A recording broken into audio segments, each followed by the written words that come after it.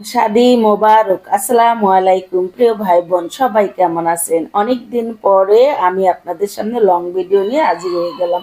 বিয়ে বাড়ির অনুষ্ঠান, আপনার দুলাভাইয়ের কলিকের মেয়ের বিয়ে। মাশাআল্লাহ, দুজনকে অনেক সুন্দর লাগছে, তাই না? সবাই দোয়া করবেন আল্লাহর কাছে, আল্লাহ যেন নতুন দম্পতির জীবন সুখে শান্তিতে ভরপুর করে রাখেন।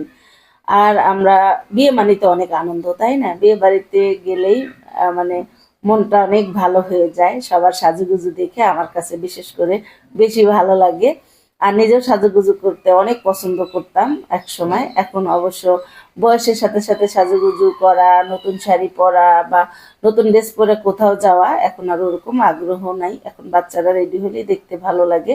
তো এই তো চলে আসছে মেহমান সবাই। এখানে কিন্তু এক গ্রুপ অলরেডি এক ব্যাচ খাওয়া হয়ে গেছে, দ্বিতীয় ব্যাচে সবাই বসবে। তো আমাদেরও যাইতে একটু লেট হয়ে গিয়েছিল, তো আমরা যে খাবার খেয়ে নিয়েছি। আর এগুলা হচ্ছে বরযাত্রীদের জন্য আবারও সুন্দর করে টেবিলগুলা রেডি করে রেখেছে, যেহেতু বরযাত্রীরা পরে এসেছে। আগে দাওয়াতের মেহমান, শুক্রবার ছিল, দাওয়াতের মেহমানগুলা আগে খেয়ে নিয়েছে। অর্থাৎ মেয়ে পক্ষর যে মেহমানগুলা তারা কিন্তু অলরেডি নামাজের পরপরই চলে আসছে এবং খাওয়া দাওয়া হয়ে গেছে। আর বরযাত্রী একটু পরে আসছে, সেই জন্য তাদের জন্য আস্তে ধীরে রেডি করে রাখা হয়েছে। তো আলহামদুলিল্লাহ আমরা সবাই খেয়ে নিয়েছি। আলহামদুলিল্লাহ অনেক মজা হয়েছিল খাবার। আর বিয়ে বাড়িতে আসলে তো হরেক রকমের খাবার, সেটা দেখলেই তো পেট ভরে যায়। তারপর আমার তখন ডেঙ্গু জ্বর ছিল, আমি অনেকটা অসুস্থ ছিলাম, যাওয়ারই কথা ছিল না। তো যাই হোক, আপনার দুলাভাই অনেক রিকোয়েস্ট করে আমাকে নিয়ে গিয়েছিল যে না চলো, না গেলে আমার দোস্ত রাগ করবে।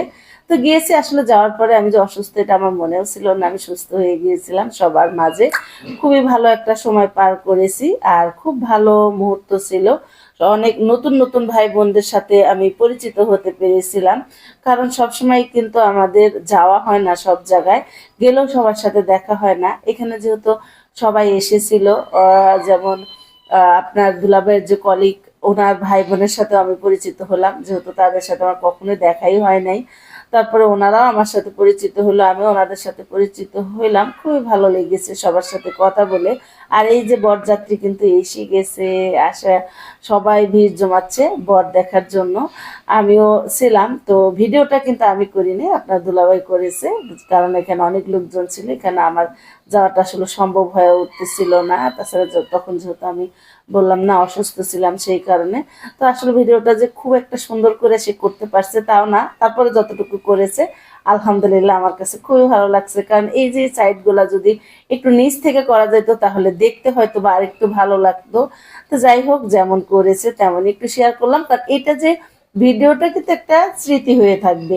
একসময় হয়তো বা আমার যে ভাগ্নির বিয়ে হলো, ওদেরও হয়তো বাচ্চা কাচ্চা হয়ে যাবে, বড় হয়ে যাবে, বা এই যে বিয়ের দিন কেমন অনুষ্ঠান হয়েছিল সেটাও কিন্তু অনেকে ভুলে যাবে। যেহেতু আমি ওখানে দেখেছি ওরা কেউই তেমন একটা ভিডিও করে নাই, এই জন্য এই যে আমি ভিডিওটা করেছি, এটা কিন্তু একটা স্মৃতি হিসাবে থাকবে। অনেক বছর পরেও যদি ওরা মন চায় যে দেখবে কেমন অনুষ্ঠান হয়েছিল, তো দেখতে পারবে।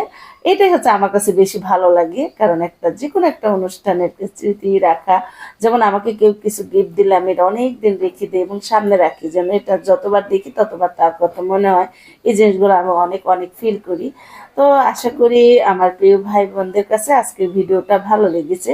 ভালো লাগলে আমাদের সার্থকতা, কারণ এই ছোট ছোট মুহূর্তগুলো যদি স্মরণীয় করে রাখি, সবাই যদি মনে রাখে, বা সবাই যদি ভাবে যে না পরিশ্রম করেছে একটু হলেও, সবাই দেখলে সার্থক হবে, সেটাই আর কি। আর এই তো মাশাল্লাহ মাশাল্লাহ, আমাদের মামনি কিন্তু এসে গেছে। মামনি দেখতে খুবই সুন্দর লাগছে। আর আমি এইবার দ্বিতীয়বারের মতো দেখলাম। প্রথম একবার দেখেছিলাম প্রায় 3-4 বছর আগে, ওদের বাসায় গিয়েছিলাম।